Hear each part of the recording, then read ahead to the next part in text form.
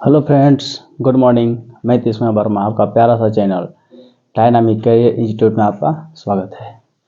मैं इस लेक्चर में आपके लिए इंग्लिश ग्रामर का वॉइस लेकर आया हूं, क्योंकि पिछले क्लास में मैंने वॉइस का कुछ एग्जाम्पल करवाया था। आज मैं उसको कंटिन्यू करूंगा, तो स्टार्ट करते हैं, है ना। तो आप लोग ध्यान से देखते रहिए।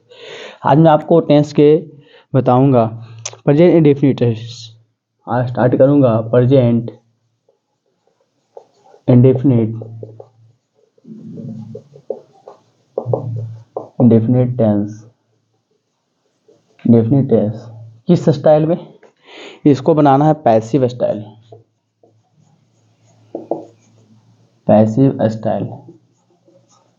पैसिव स्टाइल में इसको क्या करना है, बनाना है। प्रेजेंट इंडेफिनिट सेंटेंस जो दिया गया है, प्रेजेंट इंडेफिनिट टेंस का जितने भी आपको सेंटेंस मिलेंगे सबको क्या करना है, पैसिव स्टाइल में बनाना है। तो हम देखते हैं इसको अगर स्ट्रक्चर होता है। पहला इसका आपका आता है अफर्मेटिव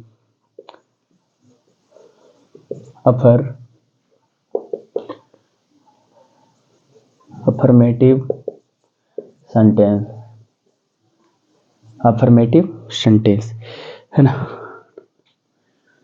अफर्मेटिव सेंटेंस आपका फर्स्ट हो गया। अफर्मेटिव सेंटेंस का इसका सबसे पहले देखने इसका स्ट्रक्चर क्या होता है। एक्टिव स्ट्रक्चर और पैसिव स्ट्रक्चर दोनों में देखना पड़ेगा। Active voice structure, active voice में इसका होता है subject plus V1 V5 plus object. इसको अगर पैसिव वॉइस बनाना है तो क्या करना पड़ेगा। सबसे पहले है कि बताया गया था, पिछले क्लास में मैंने बताया था कि subject plus verb plus object होता है। अगर ये तो एक्टिव वॉइस का हो गया, लेकिन इसका अगर पैसिव वॉइस आप लोग बनाते हो तो पहले ऑब्जेक्ट होगा, उसके बाद वर्ब 3 प्लस बाई लगाकर आप सब्जेक्ट को लिख सकते हैं। ऑब्जेक्ट पहले आ जाता है, उसके बाद कोई वर्ब कोई भी रहे, V1 V2 V5 V3 V4 V5 कुछ भी रहेगा। और पैसिव वॉइस बनाते हो तो उसमें आपका V3 होता है, बाई सब्जेक्ट को लगाना है। तो देखते हैं, सबसे पहले तो आपका ऑब्जेक्ट पहले आ जाएगा, ऑब्जेक्ट प्लस। अब ध्यान रखना है कि अगर अफर्मेटिव सेंटेंस है, प्रेजेंट इंडेफिनिट टेंस में अगर अफर्मेटिव सेंटेंस है, V1 V5 लगा हुआ है, तो अगर पैसिव बनाते हो तो इसमें पहले EJMR लगता है। क्या लगता है, EJMR plus V3 by subject, ये आपका बनता है। तो एग्जाम्पल देखते हैं इसका, है ना। एग्जाम्पल ध्यान से देखिएगा। आई प्ले क्रिकेट, क्या होता है, आई प्ले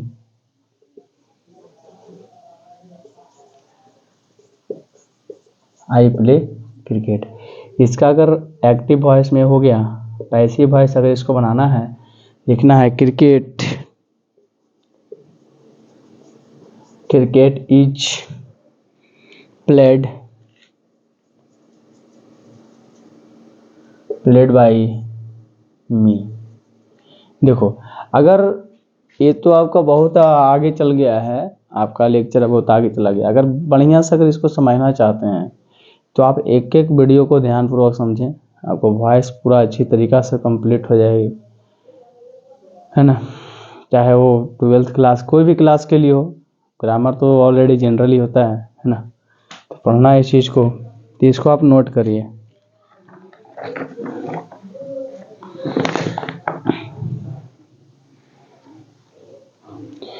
तो इतना देख लिए होंगे, तो अब आपको आता है negative sentence.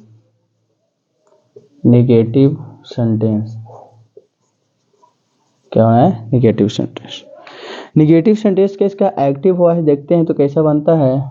Subject plus do does plus not plus V1 plus object. एक बात ध्यान रखना है कि अगर किसी भी सेंटेंस में अगर डू डज लग जाए, उसके बाद हम वर्ब को V1 रखते हैं। इसके लिए आपको टेंस वाला लेक्चर जाके देखना पड़ेगा बढ़िया से। और इसका पैसिव वॉइस बनाते हैं तो कैसा बनेगा, ऑब्जेक्ट पहले लाना है, ऑब्जेक्ट को पहले। डू डज है तो इसमें भी आपका EJMR ही लगेगा, EJMR प्लस नोट और V3 प्लस बाई सब्जेक्ट क्या हो जाएगा, बाई सब्जेक्ट हो जाएगा। ध्यान रखना है, यही बता दिया गया था अगर वर्ब अगर एक्टिव वॉइस में V1 V2 V3 V4 V5 हो तो आप अगर पैसिव वॉइस बनाते हो तो हमेशा हमेशा के लिए वर्ब आपका V3 हो जाता है। तो इसका हम एग्जाम्पल देखते हैं एक्टिव वॉइस में। एक्टिव वॉइस में है she does not try picture, she does not draw a picture, she does not draw a picture.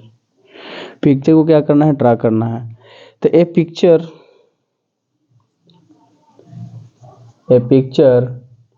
Is not drawn by her. इस तरीके से आप लोग बना सकते हैं। एग्जाम्पल बहुत सारे हैं, बनाइएगा तो बहुत सारे एग्जाम्पल आपको बनेगा। ये थ्योरी आप समझिएगा कि किसके साथ क्या लगता है। अगर डू डज है तो हमेशा V1 लगेगा, और डू डज है तो इसमें इज MR और नॉट V3। ये picture is not drawn by हर। चलिए इसको जल्दी से फटाफट नोट करिए, है ना।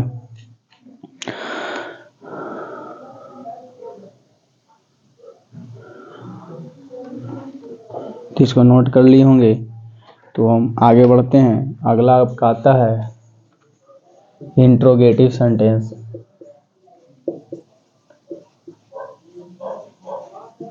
इंट्रोगेटिव सेंटेंस इसका एक्टिव वॉइस देखते हैं क्या बनेगा। सबसे बड़ी चीज़ कि इसका एक्टिव वॉइस जो इंट्रोगेटिव है, इंट्रोगेटिव सेंटेंस, तो क्या करना है जब बनाते हो तो इस देखिए अगर वॉइस पढ़ रहे हो चाहे किसी भी चीज़ को पढ़ रहे हो तो सबसे पहले नंबर आपको टेंस पढ़ना बहुत जरूरी है, क्योंकि उसी से पता चलेगा इंट्रोगेटिव सेंटेंस क्या होती है ना। इंडेफिनिट इंट्रोगेटिव सेंटेंस पहले तो होगा do does, do does subject plus V1 plus object. इस तरीके से आप लिख सकते हैं। इसका पैसिव वॉइस बनाना है तो डू डज की जगह इज MR लगा देंगे। डू डज की जगह पे क्या लगाना है, इज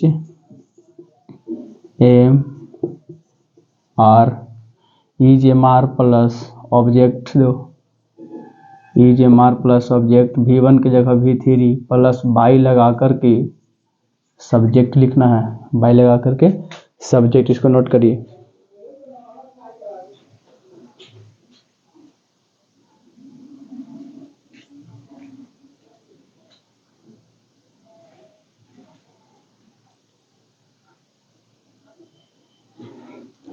इसको लिखिए।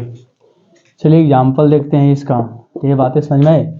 इस इंट्रोगेटिव सेंटेंस रहेगा तो उसमें डू डज पहले सब्जेक्ट V1 प्लस ऑब्जेक्ट होगा। अगर इसका पैसिव वॉइस बनाते हैं तो is MR object V3 by subject. इसके एग्जाम्पल देखते हैं। Do they break the wall, do they break the wall. ये हो गया आपका एक्टिव वॉइस के लिए, ये हो गया पैसिव वॉइस। जहाँ पे डू है वहाँ पे अगर दे है तो R लगेगा, R।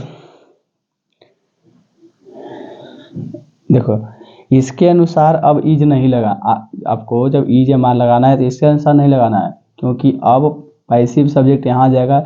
तो इज द वॉल,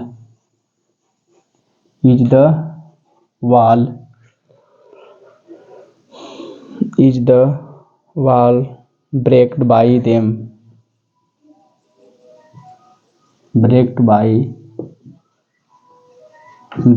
इस तरीक़ा से आप बना सकते हो। Is the wall breaked by them, है ना। तो इतना बातें को ध्यान रखना है। एक और बना लीजिए, है ना। अब आता है interrogate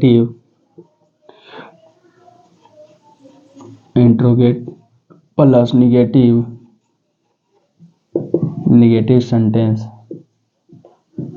interrogative plus negative sentence, इसको एक्टिव वॉइस में लिखना है तो बस जैसे है वैसा ही लिखना है। केवल सब्जेक्ट के बाद क्या करना है, नोट लगा देना है। देखिएगा, समझिएगा बात को। देखो हम इसी की तरह बनाना है। Do does plus subject plus not plus V1 plus object, इस तरीक़ा से। पैसिव स्टाइल में लिखना है तो is M R plus object, क्या करना है, object plus not V3 plus by लगा करके सब्जेक्ट को लिख देना है, इस तरीक़ा से लिखना है। अगर तो do does plus subject not V1 plus object is M R object not V3 by subject. इतना ध्यान रखना है ना कि इसमें सबसे बड़ी चीज़ है कि आपका पैसिव बना रहे हो तो बाहर की टेंशन लेना ही नहीं है, डायरेक्ट V3 लगा देना है वॉइस के लिए। कहता है do you not help her, do you not help हर। तो इसका पैसिव वॉइस में देखें तो क्या बनेगा, तो सबसे पहले डू है तो हर है, तो इसमें इज लगाना है, इज सी नोट, क्या बोलना है, is she not helped by you, helped by you. देखिएगा जिससे कि स्ट्रक्चर आपका दिया गया interrogative do does subject not V1 object, और डू डज लगता है तो हमेशा ध्यान रखना है कि वर्ब V1 ही लगेगा। इस चीज़ को मैंने बहुत ही बढ़िया से एक्सप्लेन किया है आपको टेंस में। तो dynamic career institute YouTube channel को सर्च करिए और उसमें टेंस देखिए, आपको समझ में आएगा कि डू डज और सब्जेक्ट वर्ब V1 होता है। तो इसमें लगेगा is M R object not V3 by subject. इसमें आप कहा था do you not help her, देखो अब इसके अनुसार इज एम आर नहीं लगाना, इसके अनुसार ऑब्जेक्ट क्योंकि सब्जेक्ट में बदल गया, is she not helped by you, है ना, इतना ध्यान रखना है। तो आपका ये रहा पढ़िए डेफिनिट टेंस की बात, पैसिव स्टाइल कैसे बनाना है, और इस चीज़ को ध्यान में रखते हुए आगे बढ़ना है। तो नेक्स्ट आपका रहेगा, है ना, ये बात, ये चीज़ जितने भी लिखाए हैं इसको जल्दी से फटाफट नोट कर लीजिए।